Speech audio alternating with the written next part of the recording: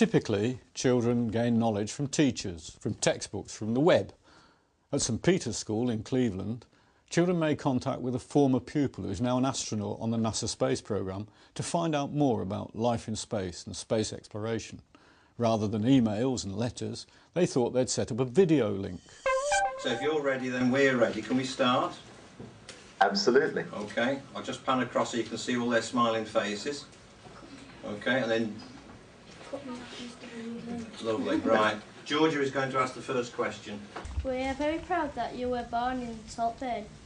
What do you remember about Saltburn, and might you come back on a visit? It's very difficult for me to get away from Houston sometimes with my training. And of course right now we have a mission. We have a space shuttle in space. So as soon as I finished here I had to go off to mission control and find out what's going on.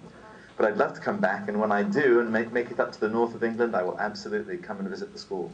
This is a special event. We're contacting somebody on the other side of the world and we're having a conversation by video. So they are learning about ICT and the power of communication and using communication for the best purposes possible. But equally they're learning about space, about the frontiers of design and technology, food technology and so on. What is space food like? What is it like to eat and drink while floating about?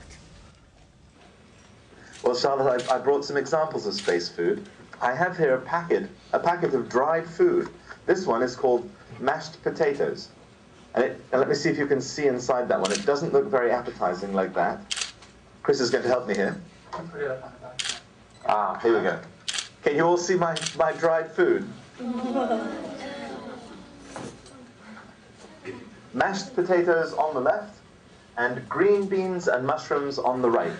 Most schools in England could track down somebody that they could follow through and get in touch with to ask, what are you doing now and how did you get to the position you're in? They don't have to be astronauts. They could be people who are baggage handlers at the airport, porters at the hospital, somebody who delivers post, somebody who's in charge of a bank. How did they work through their career? What difference did schooling make? Somehow we've got to show children the point of all this learning so that they can see how they can map out a future for themselves. Hello Dr. Patrick, my name is Ben. Can you tell us what it is like to take off into space? Is it frightening? It's not frightening, but it's very exciting.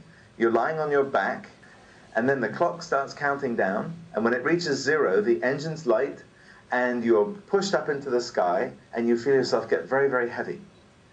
And this goes on for 8.5 minutes. And by the end of that, you're traveling at about 28,000 kilometers an hour. So schools need to be outward looking, trying to find people who can help them, looking for people with the expertise in the local community to make possible what will change children's lives and move their learning forward.